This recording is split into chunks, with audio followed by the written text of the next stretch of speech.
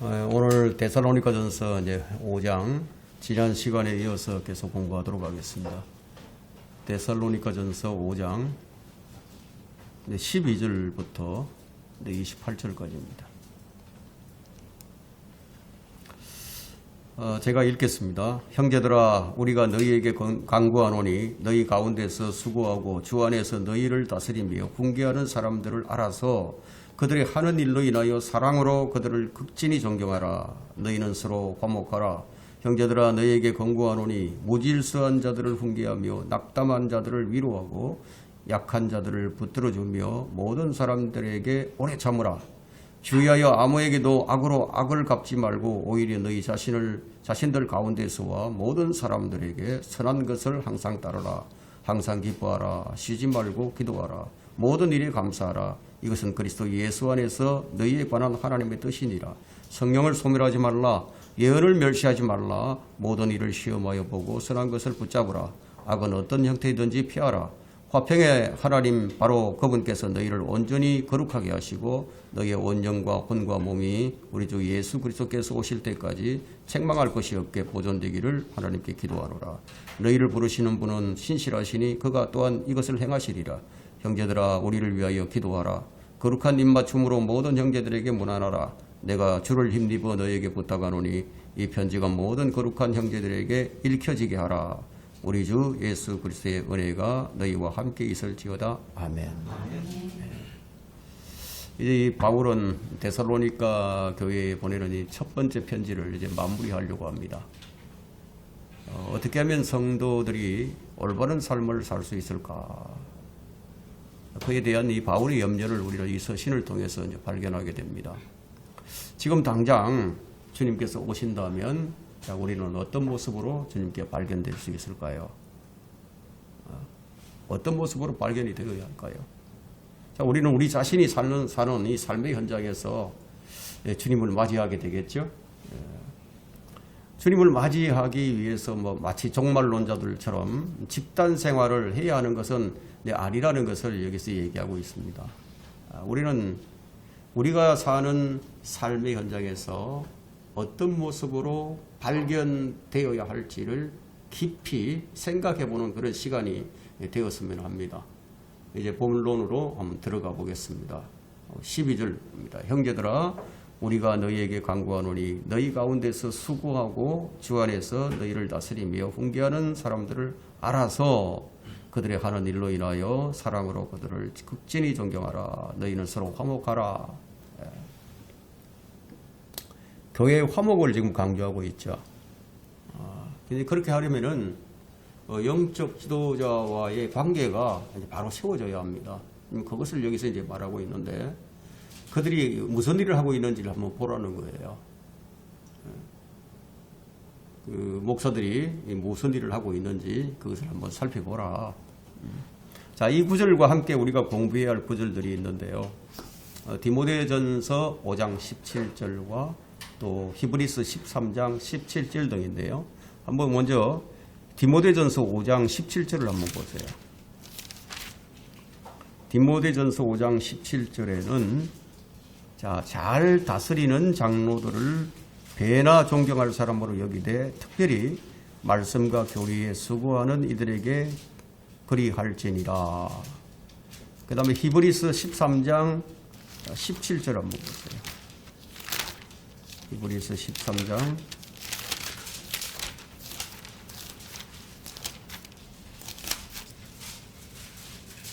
자, 너희를 다스리는 자들에게 순종하며 복종하라. 그들은 너희 혼들을 위해 깨어있기를 자기들이 마땅히 설명해야 할 것처럼 하느니라. 그들로 기쁨으로 하게 하고 슬픔으로 하지 않게 하라. 이는 그것이 너희에게 유익이 없음이라. 목사와 성도들의 관계가 좋지 않으면은 유익이 없는 거죠. 그들이 하는 일로 인해서 사랑으로 그들을 극진히 존경하라고 얘기를 하고 있죠. 극진히 존경하라. 자, 이 구절은 지역교회 회중이 목사를 어떻게 대해야 하는가를 가르치는 구절입니다. 그 목사는 회중들을 어떻게 대해야 하는가 이 부분을 이제 가장 잘 설명해 주는 성경 구절이 베드로전서 5장 2절부터 3절에 기록되어 있는데 거기에는 이렇게 기록하고 있습니다. 너희 가운데 있는 하나님의 양무리를 치고 돌보되 마지 못해서 하지 말고 억지로 하지 말라는 거죠. 자원함으로 하며 더러운 이익을 위해서 하지 말고 준비된 마음으로 하며 하나님께서 맡겨주신 자들을 지배하려 하지 말고 오히려 양무리의 본이 되라. 양무리의 본이 되라고 가르치고 있습니다. 그 당시 이제 회중들이 이 목사를 어떻게 대해야 하는지를 잘 몰랐기 때문에 또 이제 목사들이 회중들을 어떻게 대해야 하는지 잘 몰랐기 때문에 아마 이런 가르침을 주지 않았나 그렇게 생각을 해봅니다. 중요한 점은 목사들은 성도들을 지배하지 말아야 된다는 거예요. 마치 뭐 종을 다루듯이 권력을 가지고 이렇게 막 시키는 게 아니란 얘기죠. 성직자 제도를 만들어서 회중을 지배하는 것이 이제 니골라파예요. 니골라파. 우리 주님께서는 이제 니골라파를 매우 미워하신다고 이제 말씀을 하셨어요. 그래서 목사가 하는 일이 뭐예요? 특별히 이제 말씀과 교리에 수고를 해야 되죠. 성도들의 영적 상태에, 영적 성장에 이제 관심을 많이 가져야 합니다. 그리스도 안에서 한 몸을 이루고 있고, 또 그들 안에 주의 영이 이제 거하시기 때문에, 우리는 형제들을 볼 때, 마치 주님을 대하듯이 그 사람 안에 주님이 계시기 때문에, 그렇게 대해야 되겠죠. 그래서 서로 사랑하고 서로 세워주고 서로 위로하고 서로 화목해야 하겠죠. 그래서 만날 때마다 이제 마음에서 정말 마음에서 우러나오는 그런 사랑으로 이제 따뜻한 말로 인사를 또 주고받으면서 내 자신이 귀한 것처럼 다른 형제 자매들을 그렇게 대해야 한다는 거예요. 성경이 가르치는 거예요, 이것이. 서로 사랑하라. 이미 두 차례에 걸쳐 이 논한 바가 있지만 이 데살로니가 전서는 이제 갓 회심한 그런 성도가 배우기에 매우 이상적인 성경이에요. 또한 이제 모든 그리스도인이 따라야 할 기본적인 지침 사항이 이제 여기 나오게 되는데요. 그것이 14절부터 이제 26절까지 쭉 이제 나옵니다. 어떻게 해야 할 것인가. 이제 14절 한번 보세요. 형제들하고 얘기하고 있죠. 형제들아, 너희에게 권고하노니, 명령이 아니에요. 권고한다고 얘기합니다. 무질서한 자들을 훈계하며 낙답한 자들을 위로하고 약한 자들을 붙들어주며 모든 사람들에게 오래 참으라. 오래 참으라. 14절의 이 의미가 명확하죠. 교회 안에 어떤 사람들이 잘못을 했다. 그때는 이제 훈계를 해야 되겠죠. 또 일부는 잘못했을지라도 위로도 해줘야 됩니다. 하지만 모든 사람에게 오래 참아야 돼요. 약한 자들은 이제 몸에 질병이 있는 사람들뿐만이 아니고요. 로마서 14장 15절에서의 의미에 보면은 믿음이 약한 사람을 말하는 거예요. 믿음이 약한 사람들. 그런 사람들을 세워줘야 되겠죠. 교회 안에 모든 사람은 이제 완벽한 사람들이 아니에요. 온전한 사람이 어디 있습니까? 다 실수투성이고 허물이 많죠. 부족하고 다 연약한 사람들입니다. 그래서 훈계도 필요하고요. 또 위로도 필요하고요. 그 약한 사람들을 붙들어줄 필요가 있는 거예요. 그 당시에 바울 당시에 무질서한 자들이 많이 있었습니다. 질서가 없었어요, 교회 안에서. 그래서 고린도 교회 성도들이 참 무질서한 자들이었는데, 근데 우리 지금도 이제 그런 사람들이 있지만, 여러분은 이제 다른 사람들이 변하기를 바라지 말고요. 먼저 여러분이 변화가 되게 됩니다. 무질서한 자들을 훈계하라고 했는데, 이제 무엇이 무질서한 것인가는 이제 조금 이따가 이제 설명을 하겠습니다. 그 15절을 보세요. 주의하여 아무에게도 악으로 악을 갚지 말고 오히려 너희 자신들 가운데서와 모든 사람에게 선한 것을 항상 따르라. 악으로 악을 갚지 말라.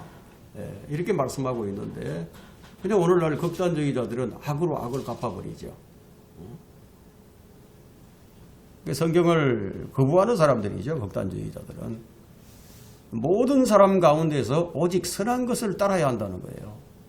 근데 그것을 할 때 주의하라요. 주의하라. 자칫 실수도 할 수 있으니까 주의를 기울이라. 그렇게 명령을 합니다. 세상은 점점 더 악해져 간다고 말을 하고 있거든요. 그러면 많은 사람들이 배교할 것이라고 성경이 말씀합니다. 믿는 자들이 떨어져 나가는 거예요. 정도에서 벗어나는 거예요. 교회가 교회답지 못한 거예요. 배교할 것이라고. 다 그렇게 변하더라도 너희는 선을 따르라는 얘기예요. 옳은 것을 따르라는 얘기죠. 자, 이 구절은 시편 1편 1절을 생각나게 만들죠. 거기에 어떤 말씀이 있습니까? 복 있는 사람들은 악인들의 관계를 따르지 아니하며 죄인들의 길에 서지 아니하며 조롱하는 자들의 자리에 앉지 아니하노도다. 복 있는 사람이 이렇게 한다는 거예요. 마지막 때인 지금 우리 한국 내의 모든 이 뉴스 미디어 또 언론사들과 방송국들은요, 선과 악의 개념이 없어졌어요. 아주 실용주의자들, 인본주의자들, 상대주의자들이 다 점령을 해버렸습니다. 그들은 이제 자신의 철학대로 모든 뉴스 기사들을 작성을 하고 보도를 하면서 자료와 사진을 내보내는 거죠. 막무가내로.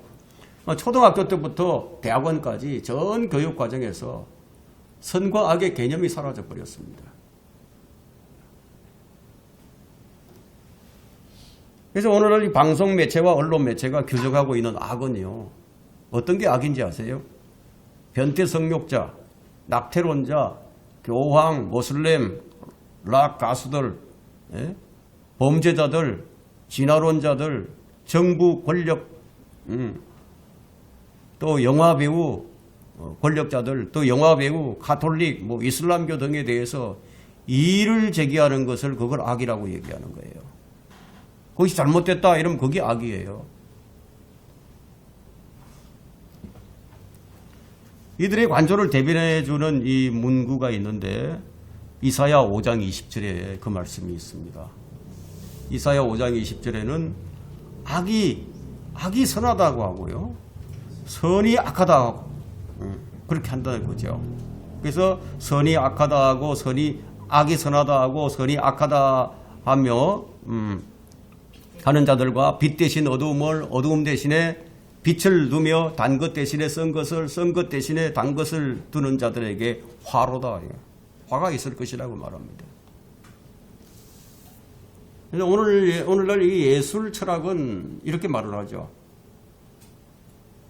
틀린 것이 옳은 것이다. 옳은 것이 틀린 것이다. 그런 얘기를 합니다. 만약 그대가 일관성 있게 틀린 것을 고수한다면 그대는 아름답고 정확하게 옳게 되는 것이다. 이게 예술이에요. 당신이 틀렸다는 것, 바로 그것이 중대한 것이다. 일단 당신이 틀렸다는 것이 자신의 가치라는 사실을 안다면 당신은 무한한 자유를 만끽하게 될 것이다. 제가 이 문구를 워드칼라 매거진 춘계판 1991년 그 책에서 121페이지에서 발췌한 겁니다. 자, 이런 사상은 어떤 자들이 가진 신념인지 아세요? 모슬렘 범죄자들이 가진, 테러범들이 가진 신념이에요. 그래서 성경은 아무에게도 악을 악으로 갚지 말고 오직 선한 것을 따르라고 말씀하고 있습니다. 자, 16절부터 17절은 설명이 필요 없어요. 16절, 항상 기뻐하라, 쉬지 말고 기도하라. 여러분이 이제 무슨 뜻인지 여러분 잘 알아요. 이것은 하나님 뜻이 무엇인가. 항상 기뻐하라, 쉬지 말고 기도하라. 이 16절은 신약 성경에서 가장 짧은 문구예요. 항상 기뻐하라. 가장 짧은 구절이지만 이 말씀에는 많은 메시지가 담겨 있습니다. 자, 우리가 사는 삶은 영원에 잇대어 있는 시간이에요. 우리의 현재 삶은 그리스도의 심판석에서의 상과 관련이 있습니다. 그래서 바울은 이러한 명령을 우리에게 하고 있는 거죠. 근데 나는 구원받았으니까 뭐 적당히 살면 되지. 지옥에 안 가게 됐는데 꼭 이렇게 어려운 명령들을 내가 지켜야 할 필요가 있는가? 뭐 지옥에 안 가면 그것으로 만족하겠다.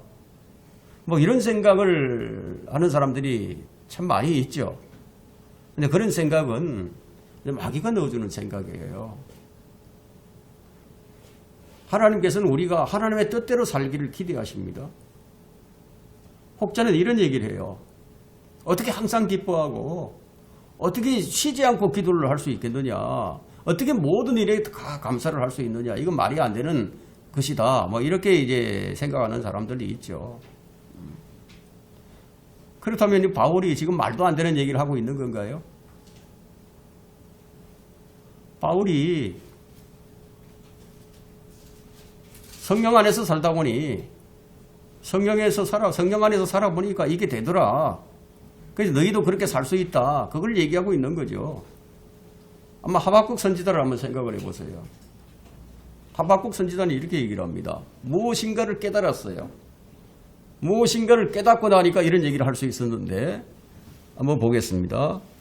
하박국 3장 17절부터 18절인데 여러분이 잘 아시는 구절입니다.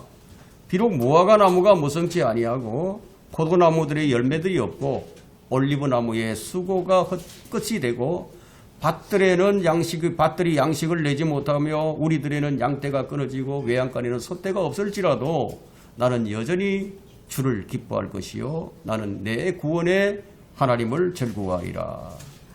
여러분 이런 기쁨이 우리 안에 있다는 거예요. 그런데 이런 기쁨이 있으니까 우리 항상 기뻐할 수 있는 거죠.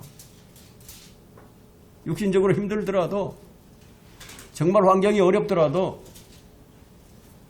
내 안에 계신 주님이 계시니까 이게 가능하다는 거예요. 하나님의 새로운 창조물로 빚어졌기 때문에 이 일이 가능하게 되었다. 그래서 모든 일에 감사하라. 이것은 그리스도 예수 안에서 너희에 관한 하나님의 뜻이니라 하고 18절에 말씀하고 있는 거죠. 하나님의 뜻은 이것이니 곧 너희의 거룩함이니라 하고 데살로니가전서 4장 3절에서 지난 시간 우리가 공부를 했죠. 그런데 이것이 언제 가능하느냐 하면 성령으로 충만할 때 가능해요. 그래서 19절에서 성령을 소멸하지 말라고 명령하는 거예요. 육신적인 상태에 있으면서 어떻게 항상 기뻐하고 어떻게 쉬지 말고 기도를 하고 어떻게 모든 일에 다 감사를 할 수 있겠습니까? 성령으로 충만할 때 이게 가능해진다는 건데 성령을 소멸하지 말라 그렇게 명령하죠. 그러면 성령을 소멸하면 이제 하나님의 뜻을 이룰 수가 없게 돼버리는 거죠. 자, 우리가 하나님의 뜻 안에 거한다고 하는 것이 얼마나 중요한가. 정말 중요하죠. 그렇다면 하나님의 뜻을 알아야 하고 그 뜻 안에 거해야 하지 않겠습니까? 성령을 소멸하지 말라 라고 할 때요. 그게 어떤 단어를 사용했냐면은 quench라는 단어를 사용했습니다. quench not the spirit이라는 단어를 사용했는데 이 quench라는 단어를 우리말로는 소멸이라고 번역을 했어요. 그런데 소멸이라고 얘기하니까 참 이게 정확하게 이해가 잘 안 됩니다. quench의 뜻이 뭐냐 하면 등불을 끈다. 불꽃을 끈다. 뭐 시력이나 생명이나 희망을 잃게 만든다. 그런 뜻이 있어요. 그래서 이 단어가 얘기하는 것은 소멸이라는 이 단어가 얘기하는 것이 성령의 역사를 중단시켰다는 뜻이에요. 중단시켰다. 그런 뜻으로 여러분들이 이해하면 좋아요. 구약시대에는 성령께서 그 사람 안에 들어오셨다가 떠나시기도 하셨지만 신약시대는 그렇지 않아요. 신약시대는 들어오시면 영원히 거하십니다. 요한복음 14장 16절에서 주님께서 말씀을 하셨죠. 영원히 떠나지 않을 것이라고. 또 내가 아버지께 기도하겠고 그분께서 또 다른 위로자를 너희에게 주시리니 그가 너희와 함께 영원히 거하시리라. 이런 말씀을 하셨어요. 이뿐만이 아니라 주와 합한 자는 한 영이니라 하나가 됐다는 거예요. 영적으로 하나가 됐다. 그런데 이렇게 말씀하신 분이 뭐 성령을 거두고 가시겠습니까? 안 거두고 가시죠.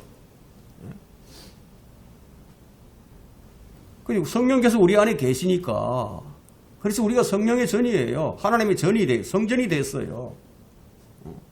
우리 영은 지성소와 같습니다. 성령께서 임재해 계시니까.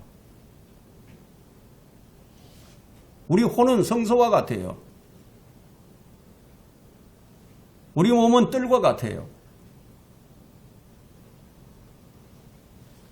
우리가 죄를 지어버리면은 성령의 불을 끄는 거라고 이게. 그래서 성령을 소멸하지 말라고 이렇게 말씀하시는 겁니다. 성령께서 여러분 안에 일을 하실 때 혹은 성령께서 회중들, 교회 회중들이나 다른 사람들 가운데서 일을 하실 때 너희들이 성령의 역사에 찬물을 끼얹지 말라 이런 얘기예요. 그래서 20절에는 뭘로 이어지고 있죠? 예언을 멸시하지 말라 우리 말씀하고 있죠? 그 예언이 뭡니까? 하나님의 말씀이죠. 그래서 20절을 이 말씀으로 이제 미뤄보건대 성령을 소멸하는 행위는 다른 사람들, 특히 이제 교회 내에서의 성령의 역사를 중단시키는 것, 그것과 관련이 있는 것을 우리가 알 수 있습니다. 그 성령을 소멸하는 행위에 대한 세 가지 예가 고린도전서 14장에 나와 있어요. 이 고린도전서 이 14장 한번 보겠습니다.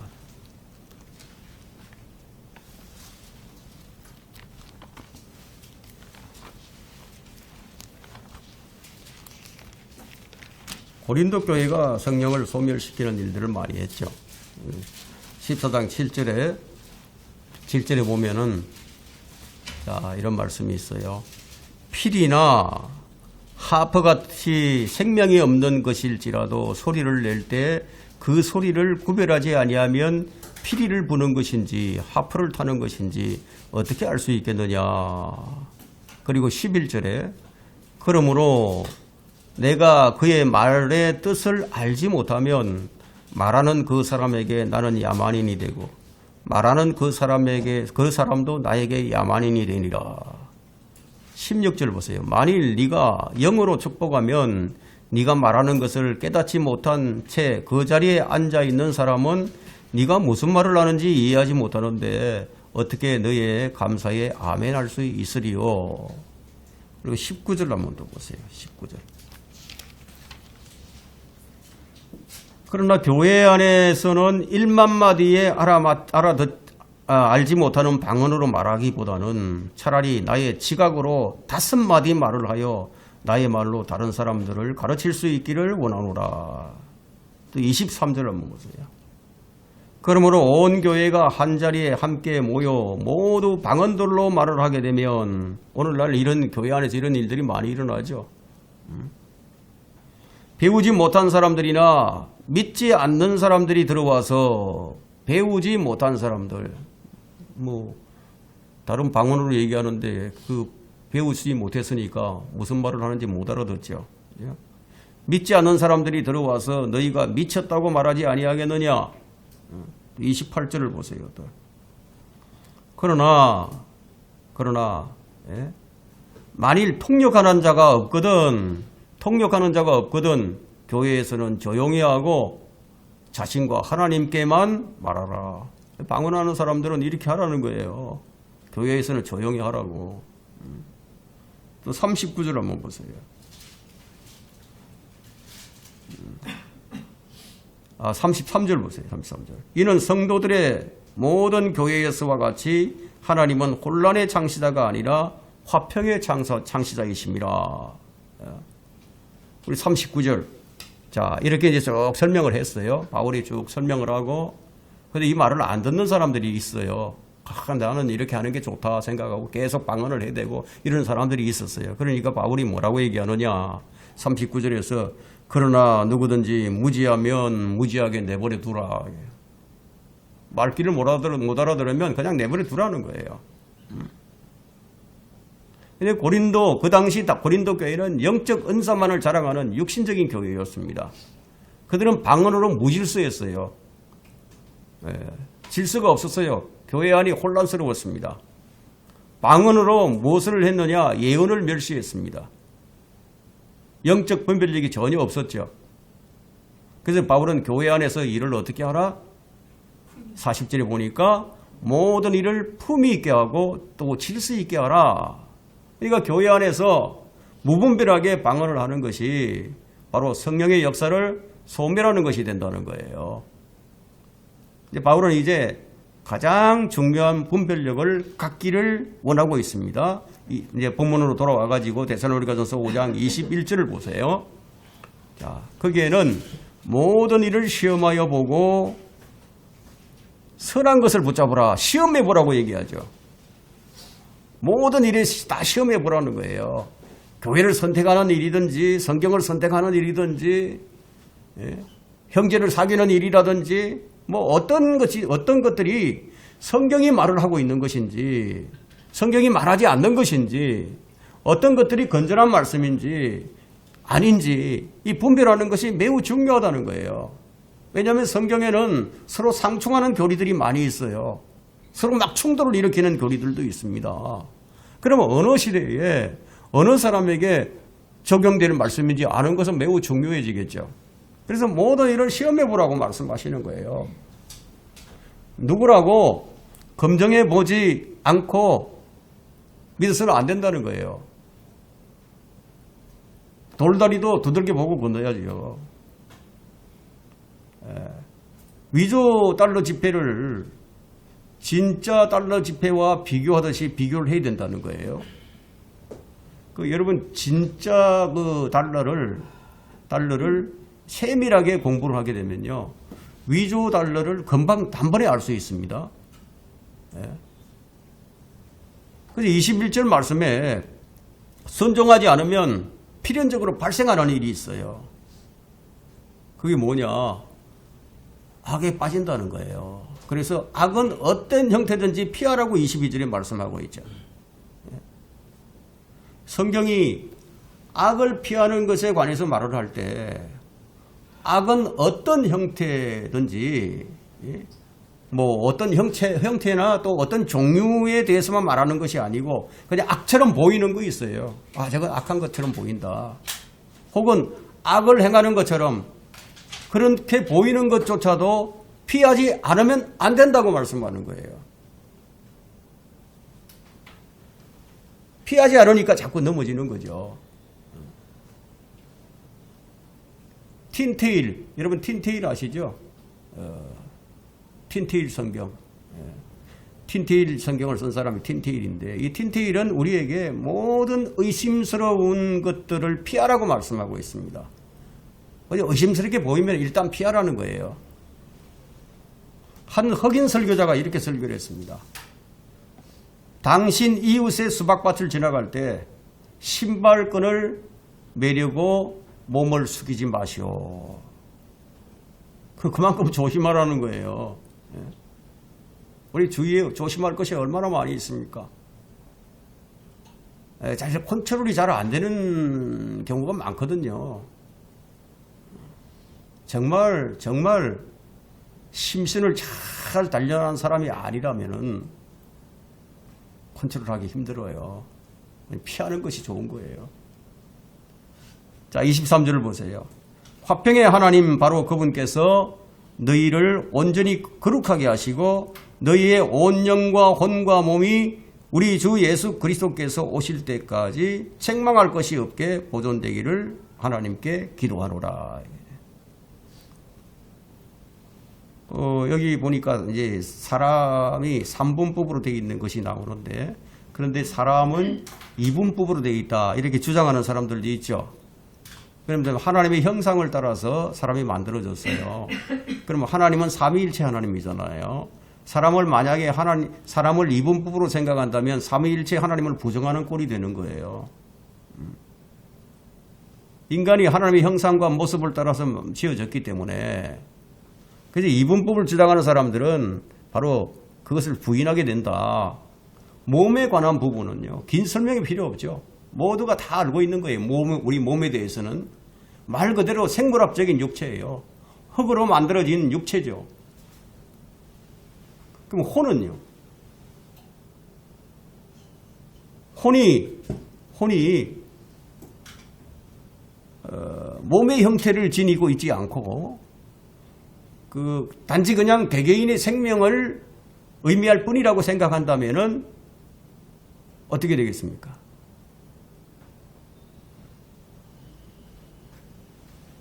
또 영을 어떤 형태가 있는 것처럼 생각한다면 어떻게 되겠습니까? 우리 주님께서 이제 부활하신 다음에 제자들에게 이제 나타나셨어요. 그래서 그들에게 이런 말씀을 하십니다. 나타나서 보이시니까 보여주신 거예요. 자, 영은 살과 뼈가 없지만 나는 있느니라. 그럼 영으로 부활하신 게 아니죠. 실제로 부활하셨어요. 근데 영지주의자들이 나오는 거예요. 예수님은 영으로 오셨고 영으로 부활하셨고 모든 것이 다 영적이다. 이렇게 얘기하는 자리에 나온단 말이에요. 부활하신 주님은 영적인 몸을 입고 부활하셨어요. 형체가 없는 영으로 부활한 것이 아닙니다. 그렇다면 형체가 없는 죽은 사람의 혼이 만약에 형태가 없다면은 어떻게 흰옷을 입을 수 있겠어요?